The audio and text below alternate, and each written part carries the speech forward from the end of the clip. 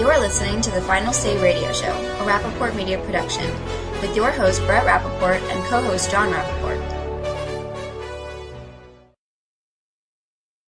I want to welcome back to the program Jim Swift. Again, he's the assistant editor with the Weekly Standard. Jim, it's a pleasure to have you on with Brett and John Rappaport on the Final Say Radio Show. Thank you so much for joining us this afternoon. Hey, I'm in the bonus zone today. Double trouble, Brett and John. I'm very excited. That's right. Jim, I think it's interesting. I want to start with the elections, if we can, which just happened, and I'm looking at it almost backwards. Yes, it's great that or at least in my opinion, it's great that the Republicans captured the Senate and now they control both houses, and maybe they'll force the White House into cooperating more and doing what's right by the American people. But I was paying attention also to what happened on the state level, where we picked up a few more governorships. We won races that maybe you didn't think we were going to win, were validated the current work of several governors, but also how many seats were picked up in the state houses from, I guess you'd call it from like dog catcher on the way up to governor. But I think it says a lot about the direction of this country and how upset the American people are with where we've been heading. Well, I'll tell you, Fred Barnes, who's one of our two executive editors, had a great item last year on attorneys general and their role in curtailing and challenging federal overreach, and the growth that we've had electorally in state houses and with attorneys general, governors, what have you, is just phenomenal. And I think there are some people. I don't want to speak for Fred, but I would guess that he would probably say this is more important than retaking the Senate. I mean, what are we going to get done in the next 2 years? Who knows? But when it comes to attorneys general and challenging overreach by the Obama administration, whether it's in commerce or on Obamacare or what have you, having these, foot soldiers on the front line and having more of them who have legal standing and can take their challenges all the way to the Supreme Court and will do is just is a feather in the cap. It's really great. No, that's a very good point. But I would also add that when you have mayors and town council members and members of the state government from the Republican Party and maybe a little more conservative-minded, if you will, those are the people who are going to rise up over time to become the future members of Congress, future governors, future senators, because that's usually where a lot of these people come from. So I think we have an opportunity to follow this trend of fixing the debts and deficits, the out-of-control spending, dealing with unions, dealing with the economic issues that have been created by sometimes no fault of any party, but just that they exist, and that somebody has to step up and do something positive by the people they represent.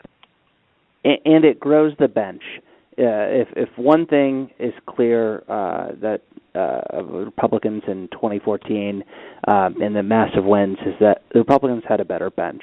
It's not always been the case. My home state of Ohio, Ed Fitzgerald was the county executive of Cuyahoga County, which is the county that is the Cleveland area. And, oh, man, everyone's like, he's going to take on Kasich, and he's, it's going to be a barn burner. He proved to be a terrible candidate, and who did the Democrats have in Ohio right now? Nobody. So it's about building a ground game and playing long ball, and having a win to this extent at so many levels is just very beneficial for Republicans going forward for the future. Now that we have, or now that the Republicans have control, I say we have control of the House and the Congress, what do you think some of the first moves they will do are?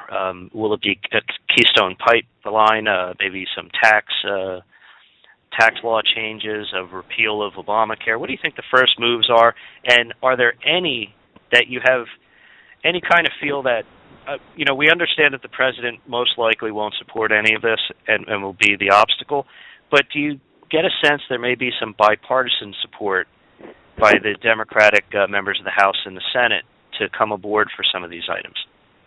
Well, I think some of the things that you had just mentioned, Keystone, for example, do have bipartisan support. I mean, will Mary Landrieu be in the Senate in January to help Republicans usher in the Keystone era? No, probably not.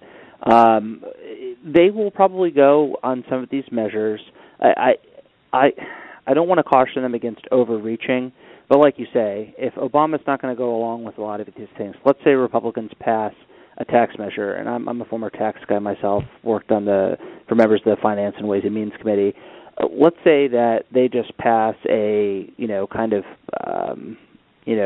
tax holiday to repatriate foreign earnings, and they don't come up with a way to pay for it. Well, Democrats will never go along with that, and the president will veto it.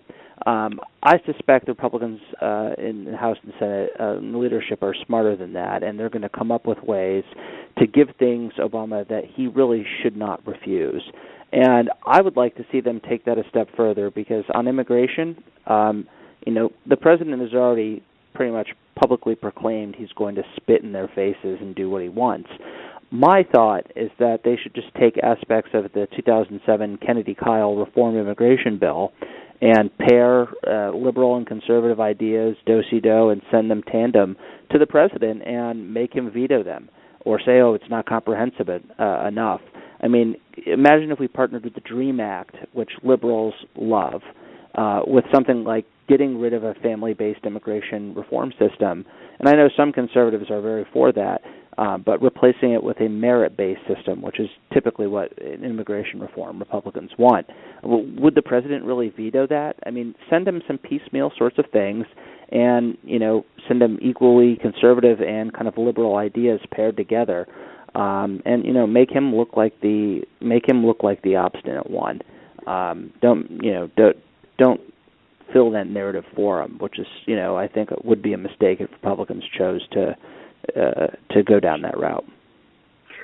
Jim, with Congressman Rowe, I'd use the term probation, as to how I view the Republican Party right now, the GOP, and particularly at the congressional level. As Brett pointed out, they seem to be doing better in the state houses. And there are two areas I'd like you to comment on, because it seems to me there's one big problem is there has been a pretty, in my opinion, forget all the flaws of Pelosi and Harry Reid and so forth, the GOP has had a lack of a simple, cohesive strategy that America can digest, understand, and vote for or against, but also to weigh the GOP against. And it seems that the counterpart to that is it seems like there's a lack of communication, getting up in front of the microphone. Do you have a sense, do you think that's an accurate assessment? Do you have a sense that they appreciate the importance of that? I think you make a very good point. And what the GOP has struggled with is, being the majority party in the House and passing these job bills or, whatever sorts of things on the Republican agenda and sending them to the Senate where they know it's just going into a black hole. They now have to work together. And one of my friends from college and I were chatting on Twitter the other day, and he goes, do you think that the House Republicans and the Senate Republicans are going to, basically, go Jeffrey Dahmer on each other? And I said, I don't think that's going to be the case as in the past.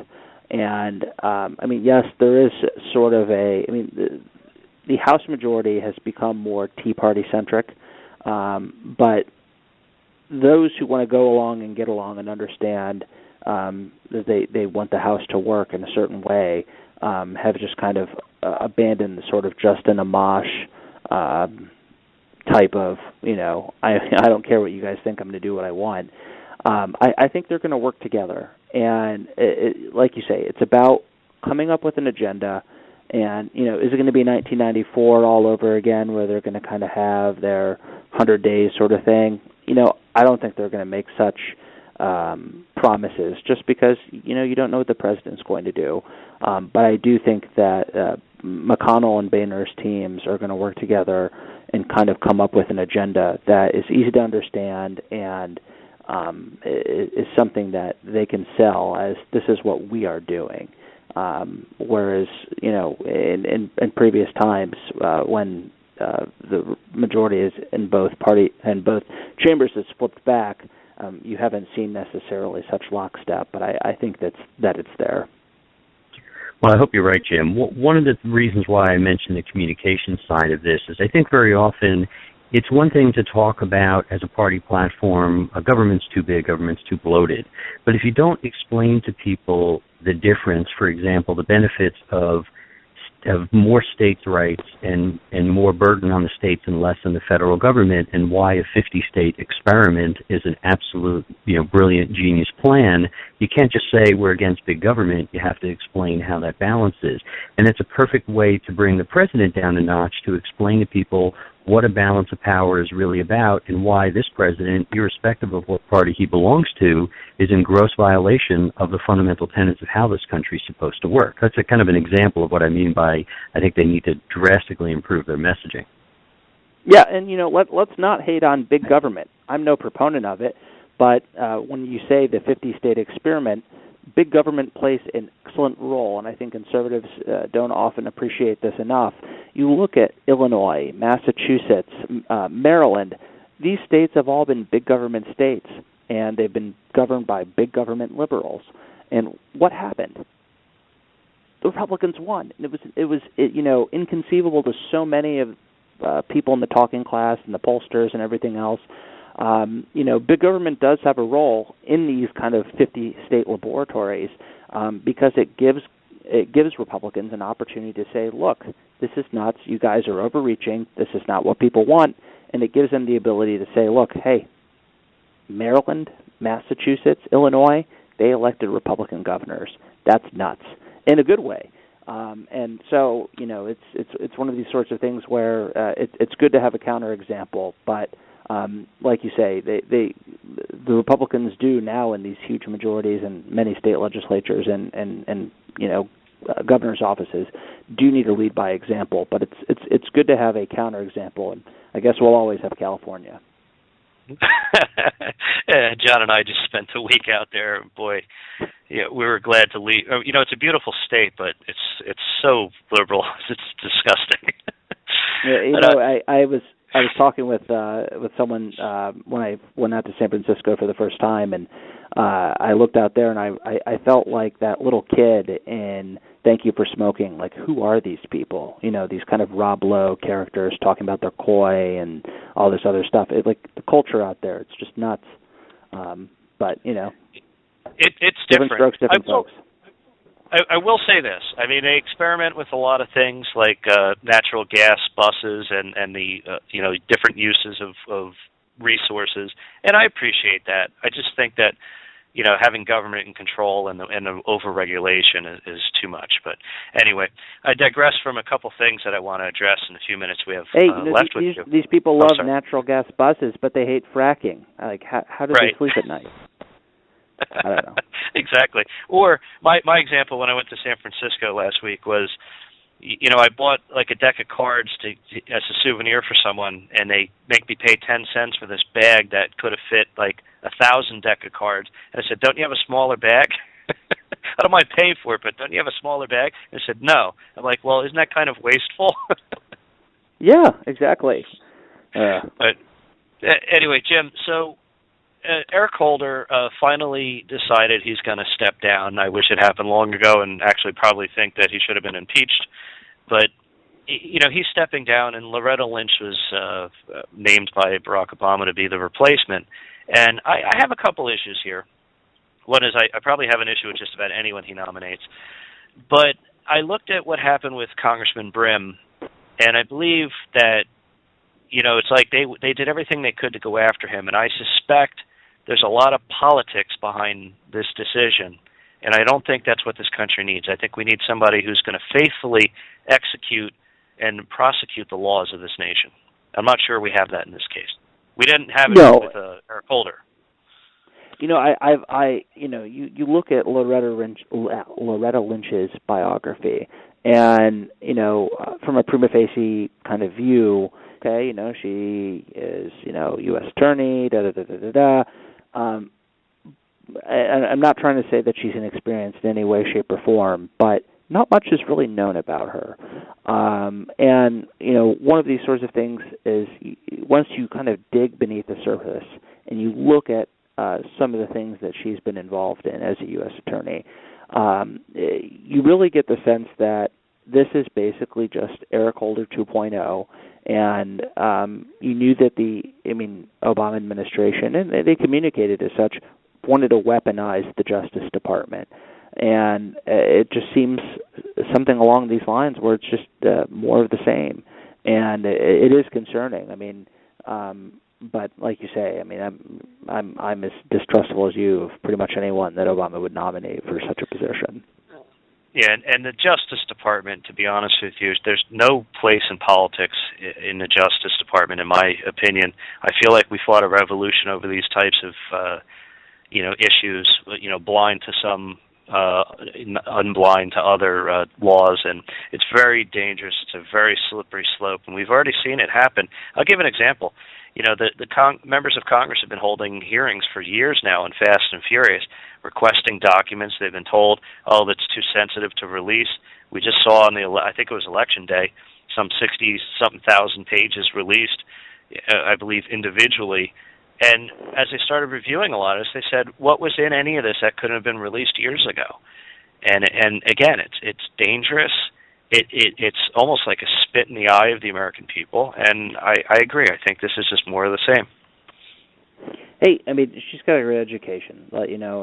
Here at the Weekly Standard, we're Harvard people. I myself not having gone there, but there's just a lot of unanswered questions about her background, and it'll be interesting to see,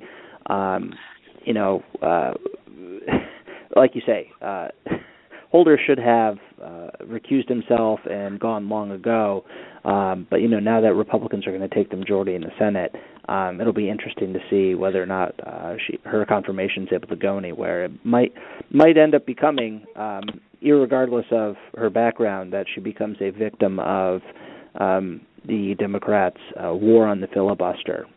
Republicans like to return the favor, and I suspect that between now and December, they're going to go out of their way to do that. Right. I agree with that. Well, just to finish this off, I want to say when I listened to the president speak the other day, and he made the comment that, he heard the American voters in this election. However, he also heard the two-thirds who didn't vote. That scared me, and I do believe we're going to have 2 years of real bitter political fighting. I think he's going to make immigration and some of those issues just be a lot more than they should be. And we're not going to resolve a whole heck of a lot until we have a new president. But that's how I feel. I don't think you're wrong. And, for someone who's supposedly, a rhetorical champion of arguing, it's just yet another straw man. You think like back to Bush, I hear you, the rest of the world hears you, and the people who knock down these towers will hear all of you soon. Obama's version of that is, I hear you who didn't vote, and I, like a Swami, can, understand exactly what you guys supposedly want. That's some bizarre stuff, man. That's some Miss Cleo. That's some Miss Cleo right there. I don't even understand where he's coming from. No, I don't either. In fact, we have trouble every day as we discuss these issues, but that's what we have for 2 more years, and it's kept us busy. Good for business. But yeah, hey, in some ways, I'd rather be out of business than have put the country through this the last 6 years. But anyway, Jim Swift, thank you so much for joining us. As always, Jim Swift is the assistant editor with the Weekly Standard. Of course, you can go to theweeklystandard.com to find him. Jim, what's your Twitter handle? Hey, I've changed it since I've last been on. I've grown up an adult. My Twitter handle is JSwiftTWS. Excellent. Well, again, thank you so much, and we'll talk to you again soon. Thank you. Appreciate it. Bye.